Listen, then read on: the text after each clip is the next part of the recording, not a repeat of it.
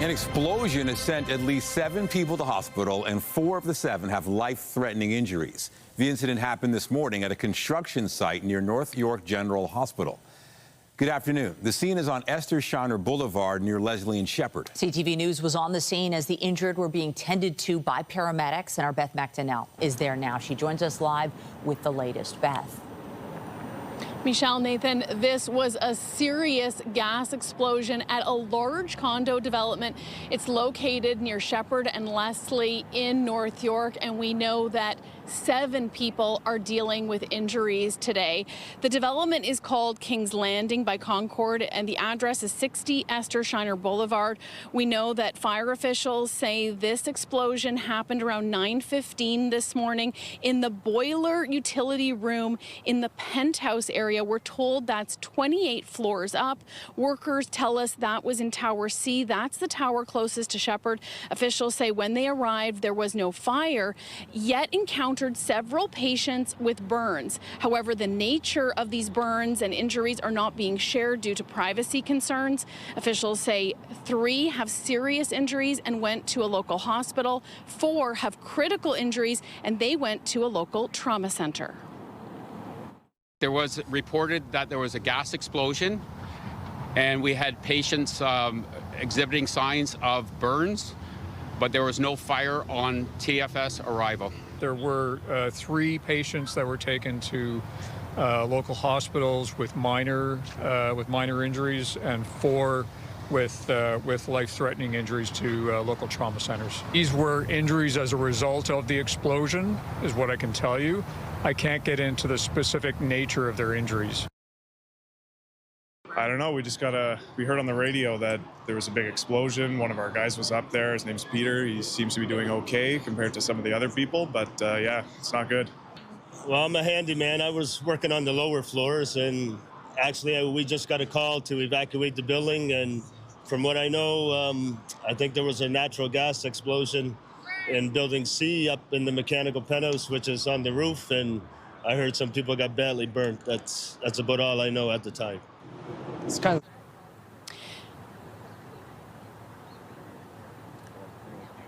I'm told there are about 1,000 units in this condo development, so this was a very large evacuation. I'm told by officials that both the Ministry of Labour and the Ontario Fire Marshal are both investigating. Reporting live, I'm Beth Macdonell. Nathan, back to you. Well hit ball to deep right center. Varsho back, and it's gone. It was a heartbreaking loss for Jays fans in Game 2 of the American League Championship Series. The Jays fell behind early, tied up the game, but Seattle went on to win it 10-3 last night. And CTV Sean Leathong is getting reaction today and joins us now from Rogers Center. Sean, baseball really is unpredictable. Who would have thought they'd be down 2-0?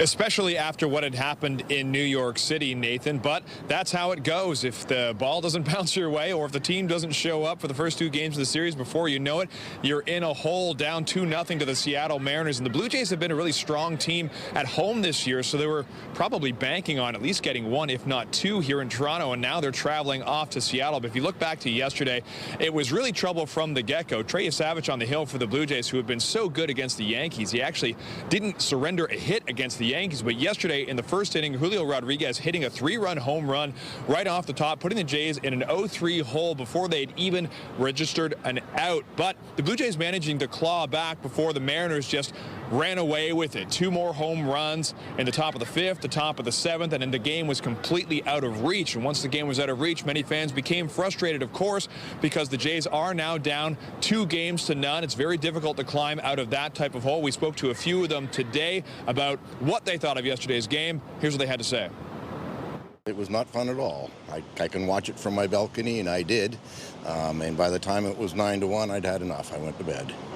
You expect a lot more out of the bullpen, and with Vladdy being as good as he was in the division series, we were hoping that he'd be a little better in the championship. Well, it's a little depressing, but I think we can go on the road to Seattle. We travel well in Seattle. A lot of Canadian fans there, so hopefully get 2 out of 3, come home and finish it off here.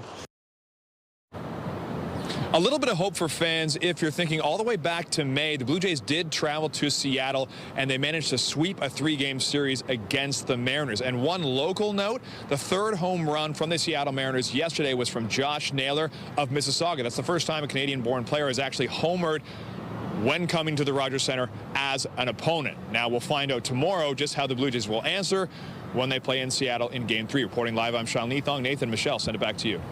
Looking forward to it. Thank you, Sean. We have more news in a moment, but first, here's a live look at the city this afternoon. Lots of sunshine, comfortable, above seasonal. Great way to start the work week for many of us. Temperatures gradually going down over the next few days, so enjoy today if you can. Lindsay Morrison is here with a look at the current conditions. Lindsay, many of us still trying to work off that turkey. Yes, but you know what? I think it's a pretty nice start to the short work and school week for so many, Nathan. Lots of sunshine out there, as you mentioned. Expect a mix of sun and cloud as we progress through the afternoon and then into the early part of the evening. Before that, sun sets around 6:30.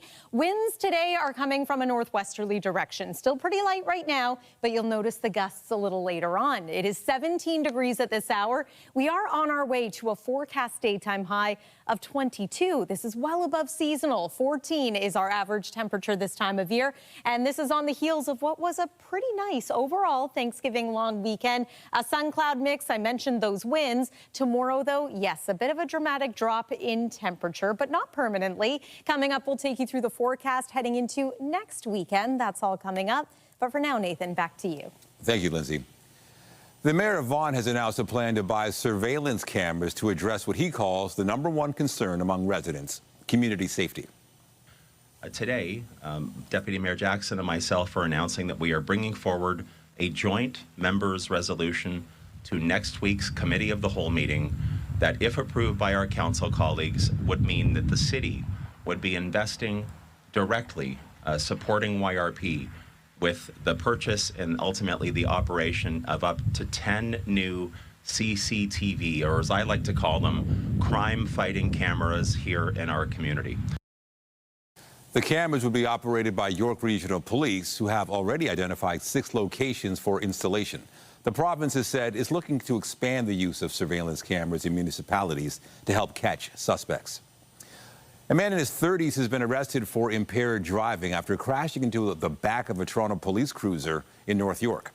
It happened just after 4:15 this morning. The police were stopped near Bathurst and Wilson investigating an earlier collision.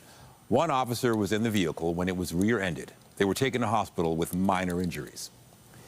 And near Orillia, OPP arrested a Toronto man for speeding and found some surprises in his vehicle.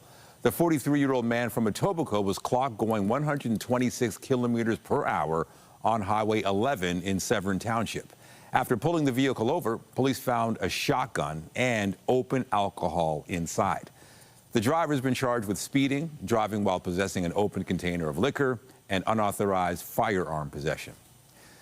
Well, now to Israel and the release of the surviving Israeli hostages. Hundreds of Palestinian prisoners were also released yesterday, and work is now beginning on the next phases of the ceasefire deal in the Israel-Hamas war.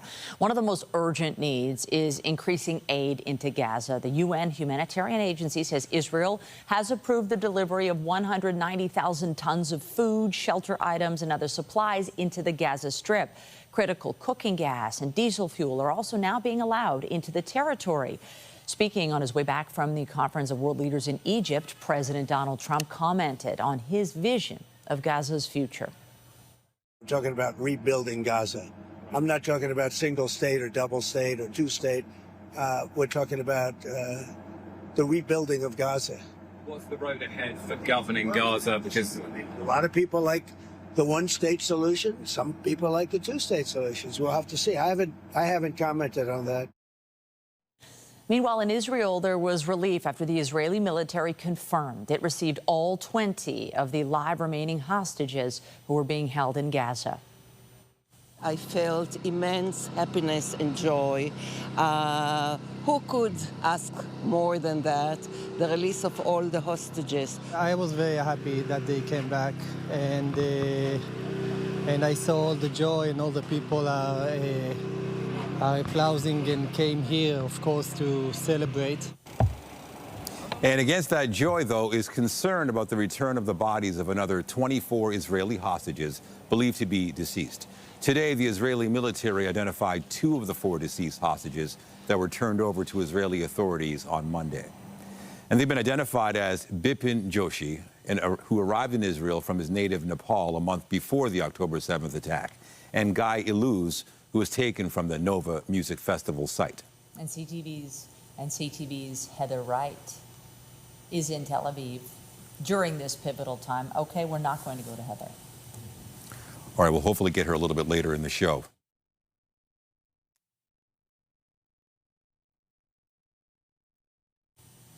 Well, the federal government is contributing $283 million to allow for the construction of more homes in Downsview. The money will be used to expand the capacity of the Black Creek sewer system. Once complete, this investment in partnership with the City of Toronto will catalyze the construction of up to 63,000 new homes on the Downsview site. And the Black Creek trunk sewer is 15 kilometers long. It serves more than 350,000 people. We have come to the point now where growth has outpaced capacity. The minister says without an upgrade, the city cannot approve new housing permits in the area. Officials say it will allow for the construction of up to 63,000 new homes and protect water quality. The City of Toronto is contributing $425 million to the project. The first of 6 budget consultation meetings will be held this evening. The city says residents will have an opportunity to ask questions and learn about this year's budget process and financial challenges. Tonight's meeting at the St. Lawrence Market North Building goes from 7 to 9 p.m. The second budget consultation will be held at the Etobicoke Olympium on Saturday afternoon, and there will be meetings in North York and Scarborough next week. The city will also hold 2 virtual meetings at the end of the month. People who want to participate can register through the city's website. And there's a new outdoor installation on the Toronto waterfront. Harbourfront now has what's called a copper canopy. Let's go to CTV's Jessica Smith for more on this. Sounds like fun. Hey, Jess.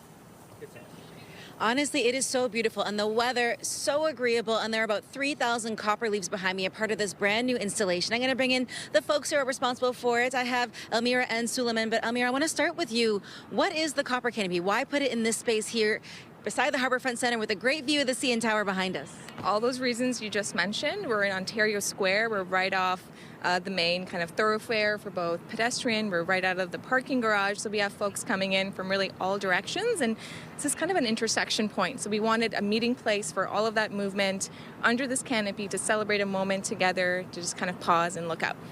Pause, catch your breath. Suleiman, I want to ask you about the design aspect, because we have these beautiful leaves. There are thousands of them up there. How did you come up with the shape of them? Because I know it's very iconic to where we are in this country. Yeah, so the shape is inspired from the maple leaf. It's actually a tessellating pattern. So we're thinking about sustainability, we're thinking about life cycle. So with the tessellating pattern, we're able to almost net zero waste when we're cutting out these copper leaves. And we use copper because it's a sustainable material. It evokes this sense of changing colors because it's part of the Waterfall Festival. And as architects, we're designed to think about lifestyle of the project. So we wanted these leaves to evoke that same sense of sustainability and the nature over top of the manufactured. What's the reaction been, Suleiman, to people walking by, stopping and taking that moment to breathe and to pause? It's been amazing. The community has really well received this installation, and we're really happy about that. It's become this place of wonder. It's just out of reach, so people come in, try to reach the leaves, kids play underneath it. The shadows activate the space, making it something more immersive and sort of awe-inspiring. You can even see now the copper reflects the sunlight, and in the wind they move gently. So it's really taken a life of its own, and we're really happy with the response from the city. Honestly, I feel very calm, very zen being here. Thank you both so much. The copper canopy will be here until November 16th. For now, I'm going to send things back to the studio. All right. Thank you, Jess. Thank you both. Take care. We want to take you now to CTV's Heather Wright in Tel Aviv as we return our attention overseas. She's standing by live now for the very latest on the Israel-Hamas peace deal. Heather, let's first talk about the return of the hostages, prompting elation for the families, those who've been waiting years now, and of course, the remains of those deceased. What's the latest there? Well, certainly a joyful day here in Israel as we watched with people as those 20 living hostages were returned after 2 years, more than 2 years in captivity. And really, you could feel the country taking a bit of a sigh of relief. A lot of people telling us that they had been stuck on October 7th, unable to move past that because there were so many hostages still in Gaza. But it is a bitter day and a solemn day for a number of families as well, because as you mentioned, there are deceased hostages and only 4 of their remains were returned to Israel yesterday. And so there is anger amongst the hostage families. They are calling this a breach of the deal. And we have recently learned that Israel has now decided that they will not reopen the Rafah crossing between Egypt and Gaza because of this the fact that only 4 came back. Now, they did know that it was going to be hard for Hamas to find all of the remains of all of the hostages, but they were expecting more than 4 to be returned. And so at this point, aid is going to be reduced. That Rafah border crossing is not going to open. And this is Israel's way of pushing back against what they have been calling a breach of this deal. So not everything going smoothly there. And as we watch those images, there is a lot of discussion about what is next for Gaza. We know that aid is critical at this stage. What's the latest on that front?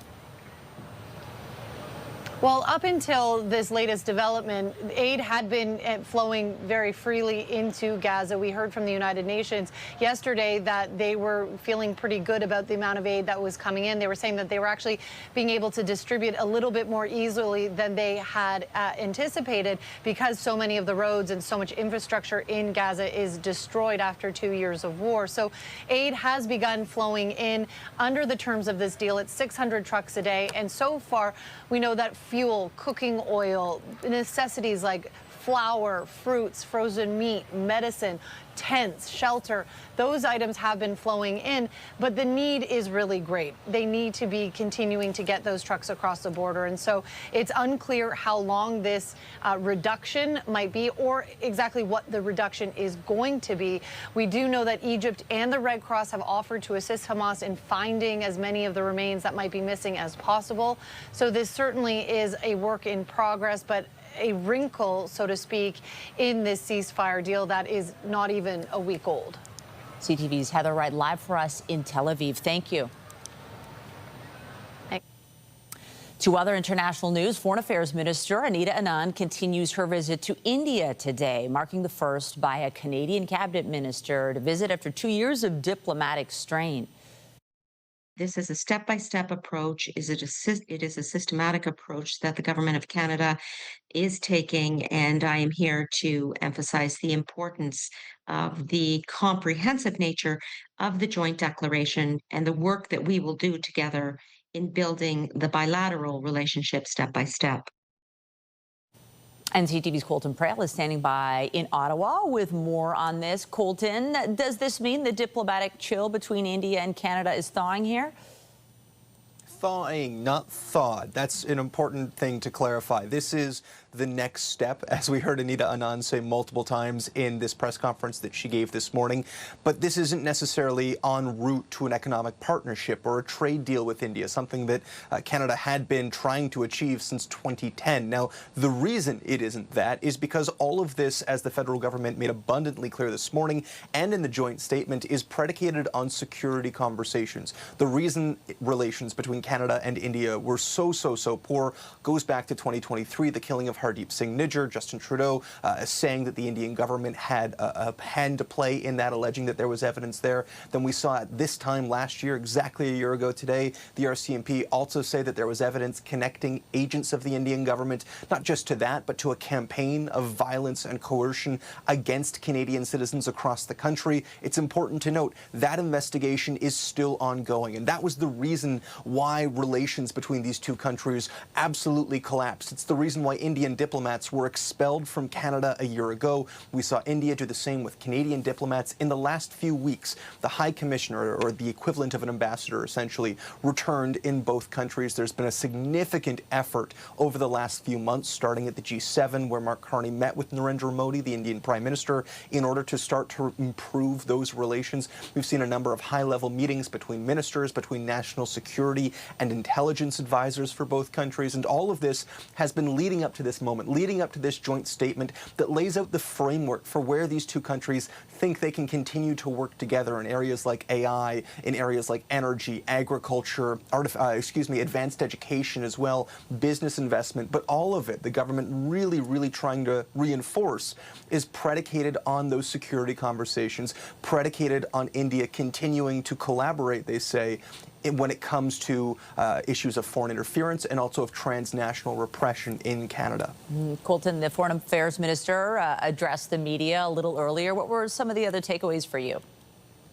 One of the interesting things was she was asked very specifically whether or not Narendra Modi in their bilateral meeting brought up the issue of Khalistani extremism or of a Khalistani referendum. Obviously, that is a very significant pain point for India. It's something that has led to deterioration of relations between these two countries. And she said that that was not something that he specifically addressed with her. And so some clarity certainly needs to be brought up around who it may have been addressed with in other previous meetings. But she says in their meeting that didn't come up. That was the key takeaway here. What was also interesting was that she really reinforced that it was too early to say whether or not this was moving towards a trade deal or towards an economic partnership. I say that because India has signed a number of those this year and recently, including with the UK and other Western nations. We've seen that there is a significant move to create these kind of economic deals that aren't just on traditional areas of the economy, but very much forward-looking, critical minerals, artificial intelligence. We know that's what Canada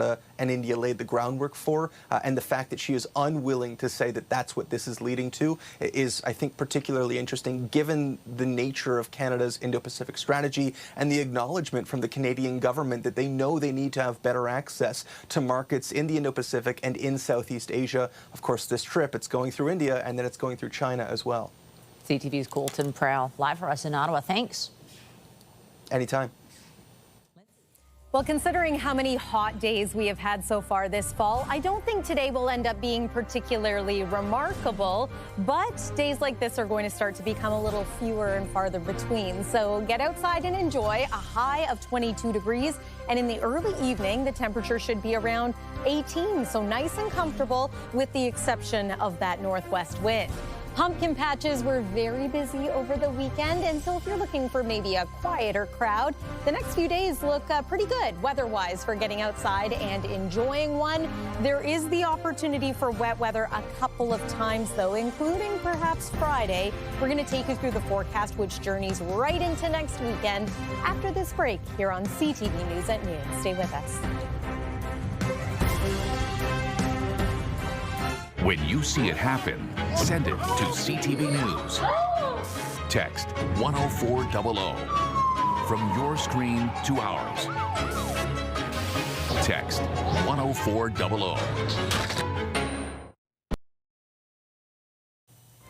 It is a beautiful Tuesday. Hopefully you all had a nice long weekend. Those were maybe off yesterday. Nice Thanksgiving. Did you enjoy it? Your son was home. It was great to have him in town. He goes to UBC out in Vancouver, so he's already heading back to school. But I'm glad you said it's Tuesday. Yeah. Because it feels like a Monday, doesn't it? But it's not. It's one of those weeks where we're going to have to keep checking the calendar because it is a short week, but that means the weekend's inching closer, ever closer. And already we're talking about the weekend forecast. But today, pleasant conditions. It's a nice way to get back into the swing of things, be it work or school. Lots of sunshine out there, warmer than average temperatures.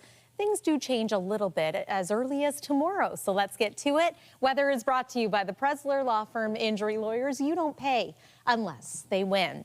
Hey, maybe this will be a reminder of the nice weather that we are having. It snowed in parts of Western Canada over the Thanksgiving long weekend. This was Saskatchewan, also parts of Alberta seeing the first snow of the season. Oh boy, yeah, hopefully this is still a little ways away for us here in southern Ontario, but it's that time of year where we're starting to pay close attention to forecast models.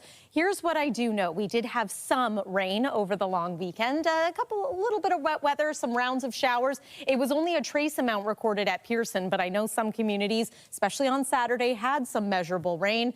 But right now our tally at Pearson for October is only 4 millimeters this October. So this week has the opportunity to bring us a little more and to add to that tally. Not so much today, though. Beautiful sunshine, mix of sun and cloud as we progress through the afternoon and early part of the evening. So you might see that cloud cover increase somewhat. For the most part, high pressure is going to be influencing our forecast, but we do see periods of cloudiness come in and out. And again, before the week is done, I do suspect that we will encounter some wet weather. There's a chance of showers overnight and into tomorrow morning. The morning hours are cloudy to start. We're going to get some clearing for your Wednesday afternoon. And then into the day on Thursday, it is a mostly sunny day. Friday, we're back into some cloud. And yeah, a few showers look to move in that day as well. So more in the 7-day forecast in just a moment. Look at that. It's now 19 degrees here in the city.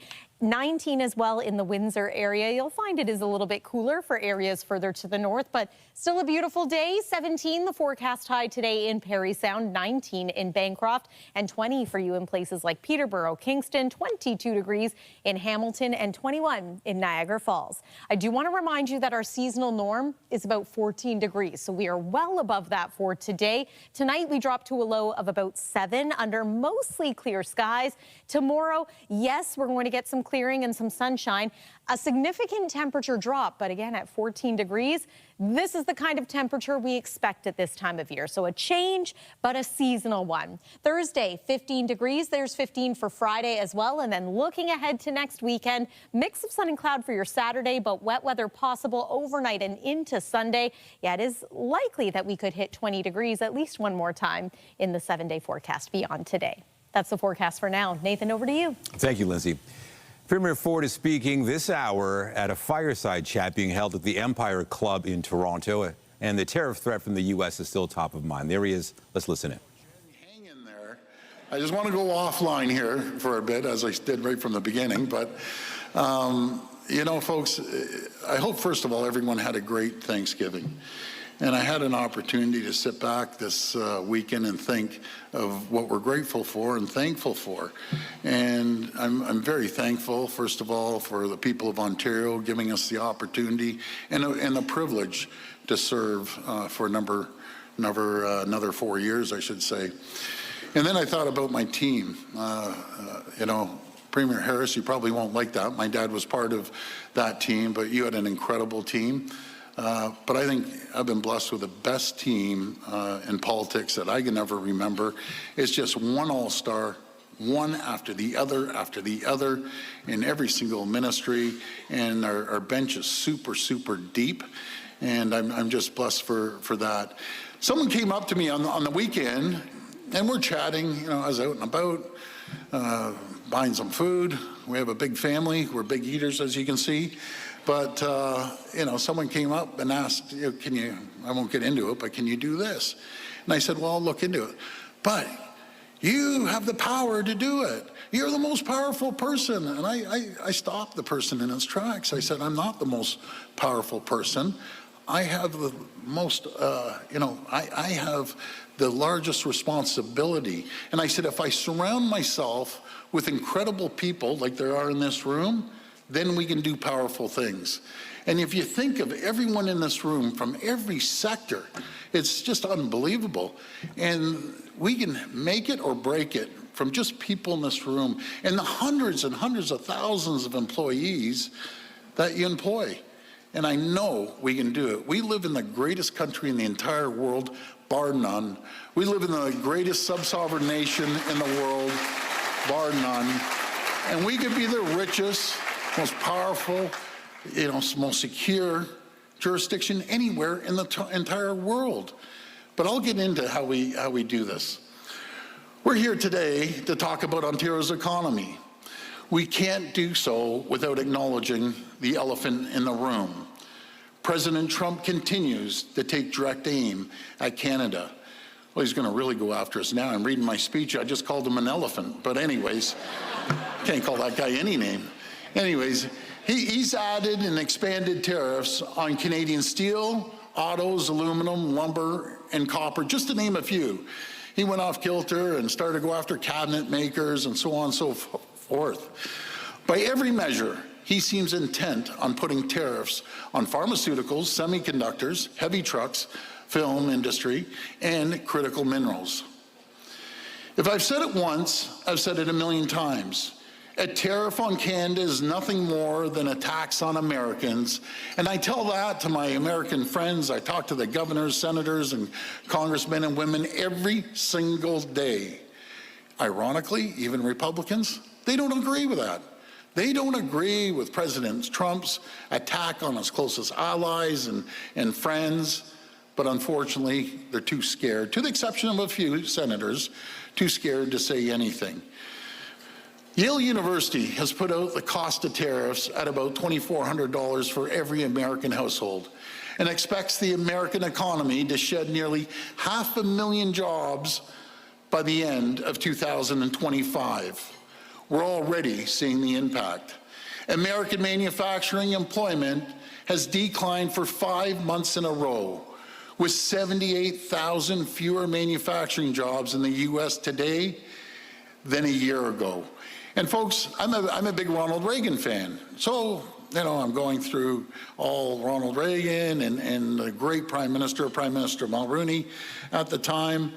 And I approached my deputy chief, Travis, which is brilliant. All right, listening to Premier Ford speaking at the Empire Club in Toronto. And he just said earlier, talking about President Trump, he says he's taking direct aim at Canada with tariffs on cars, steel, minerals, etc. He calls it a tax on Americans. Now, this whole speech is called Protecting Ontario, delivered by Ford. And he says overall that he wants to protect this province and keep the economy and business competitive. Of course, we'll keep an eye on this speech, and if anything else comes out of it, we'll share it with you on 5 and 6 tonight. And after the break, Canadian Tire admits a breach has affected some customer data. We'll tell you what information was affected and what the company is doing about it. Stay with us.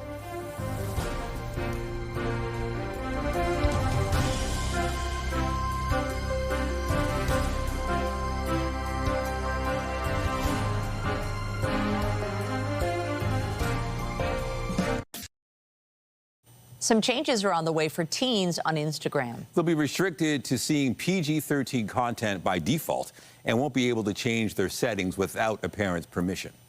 This means kids using teen-specific accounts will see photos and videos on Instagram that are similar to what they would see in a PG-13 movie. No sex, drugs, and no dangerous stunts or inappropriate behaviors. In a blog post today, Meta says this update is the most significant since it introduced teen accounts last year. The company is also adding an even stricter setting that parents can set up for their kids. The changes come as the social media giant faces relentless criticism over harms to children from online content.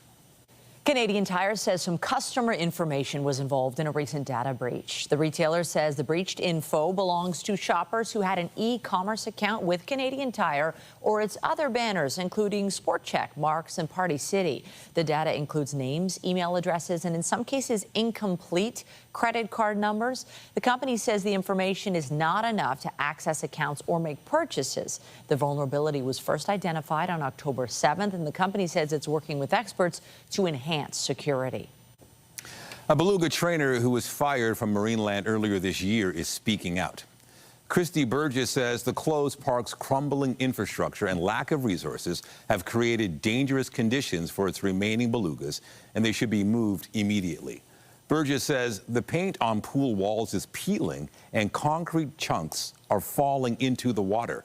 Burgess is speaking out after Marineland threatened to euthanize its 30 belugas if it doesn't receive emergency funding from Ottawa.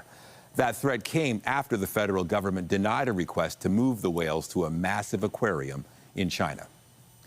More than 1 in 5 Canadians are without a family doctor, and one city in British Columbia has taken a unique step to address the shortage. They have created a new model for employing physicians, which is already turning heads across the country. CTV's BC Bureau Chief Andrew Johnson has those details.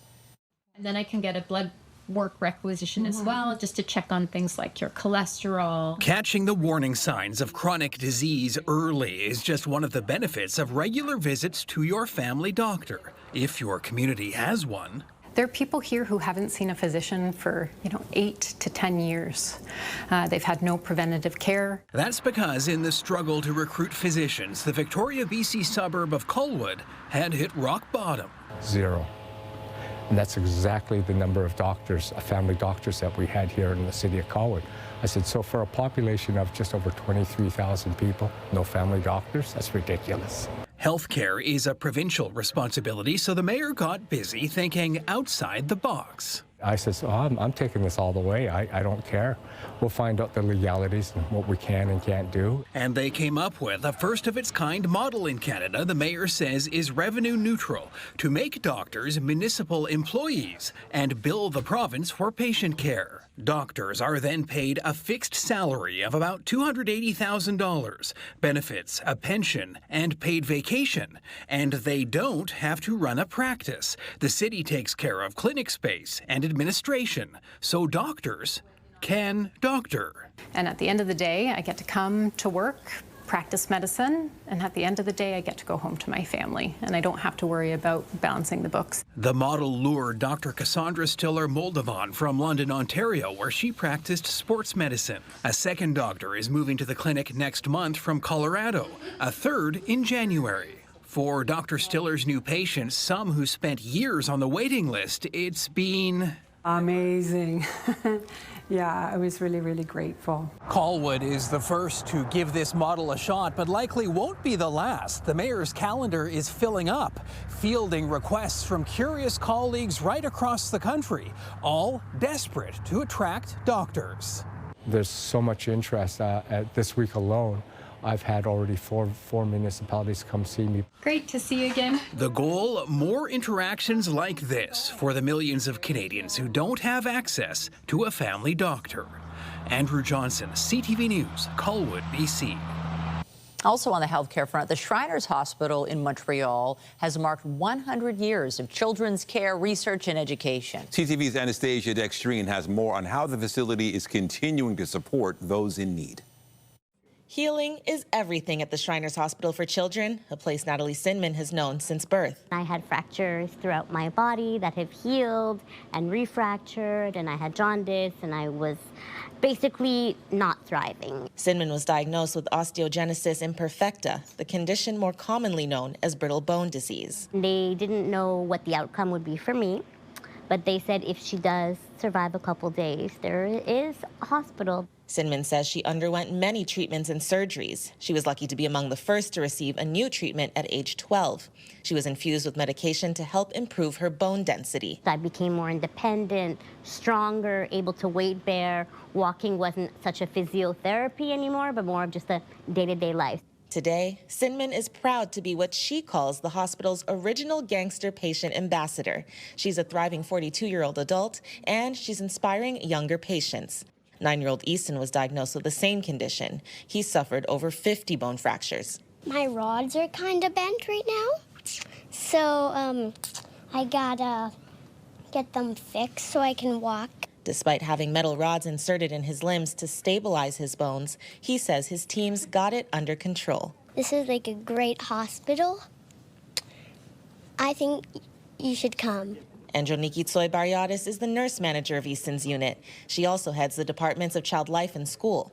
It's thanks to her team that children like Easton get the proper care from start to finish without missing a beat. We take a lot of time in caring for the family and the patient, which means the parent that is concerned about what it will be like when I get back home after surgery. A child that is preschool age and a teenager does not require the same needs, does not need the same information, will not have care provided to them in the same fashion. As the hospital marks its 100th anniversary in Montreal, Chairman Gary McEwen says there's a lot that sets Shriners apart. The evolution from 1925 till today in the new hospital, which is celebrating its 10th year anniversary, being in this facility, it's not just about the patients or the healthcare. It's about the volunteers. It's about the donors over those years. And those who've been touched by the Shriners hope to celebrate for many years more. Anastasia Dextrine, CTV News. Still to come, mail delivery resumes in parts of the country. The Canada Post strike isn't over, but the union is changing its tactics. We'll explain after the break.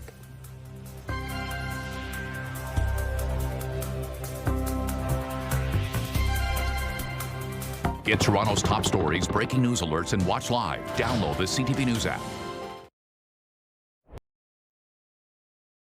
Canada Post mail delivery resumes today in some parts of the country, with workers returning to the job as the union shifts from a nationwide strike to rotating walkouts. The strike began September 25th, the second in less than a year, after the federal government announced plans to restructure Canada Post, which is on track to lose $1.5 billion this year. The restructuring includes ending door-to-door delivery. Tourism in Canada is on the rise, with a dramatic increase in domestic travel this year. What used to be a summer industry in many parts of the country is now lasting more than 6 months. CTV's Paul Hollingsworth has the details. 2 massive cruise ships docked in Halifax, delivering thousands of visitors. Some of them are retired, catching up on lost vacation time. Now we can go whenever we'd like to. Enjoying the freedom to visit new places. We are interested in traveling fall, spring. They arrive at a time when the tourism season in Canada has expanded in recent years. You had a 10-week season, and now we've seen it grow into 6 months. It begins in April and continues into November. Next week, almost 12,000 cruise ship passengers will arrive in Halifax in one day, and not just a steady flow of U.S. visitors. It is a common theme that a lot of people within Canada are spending money within Canada. A new poll shows a combined 80% of Canadians believe boycotting U.S.-made goods or travel south of the border would help Canada's bargaining position with the U.S. An increase in domestic travel comes at a time when those numbers were already on the rise. Last year in Nova Scotia, 31% of visitors were from Ontario. The official numbers for this season are not in yet, but Sean Buckland says it's clear Canadians, more than ever, are spending their tourist dollars within the country. We hear the same statement that they've decided not to go south this summer and they've decided to come east. And provide steady business for an industry that continues to expand into non-summer seasons. Paul Hollingsworth, CTV News, Halifax.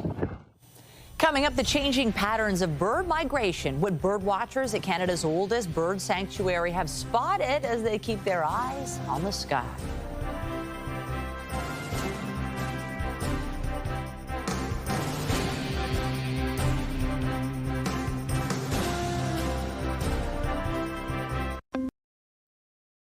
SpaceX launched yet another test of its Starship rocket, successfully making it halfway around the world. We have liftoff. Go Super Heavy. Go Starship. Thanks for all this. The largest rocket ever built reached space before splash landing into the Indian Ocean on its 11th test flight. SpaceX founder Elon Musk intends to use the rocket to eventually send people to Mars. 3 down to 2. Millions of birds are beginning to head south for the winter, and the fall migration is one of the most exciting times of the year for bird watchers. However, many are noticing a new pattern when it comes to how many animals are taking flight. CTV's Allison Bamford explains. Saw some ring-billed gulls on the river as well. On any given fall day, Stan Shattuck can spot dozens of different bird species while walking along the South Saskatchewan River. The fall is probably the busiest time of the year. Shattuck's fascination for birding began at 6 years old, but what he sees through his binoculars now is quite different from decades ago. When I was in high school, I would see maybe up to 1,000 warblers on a really good day, but nowadays, probably that's reduced to only 10% of the numbers we used to see.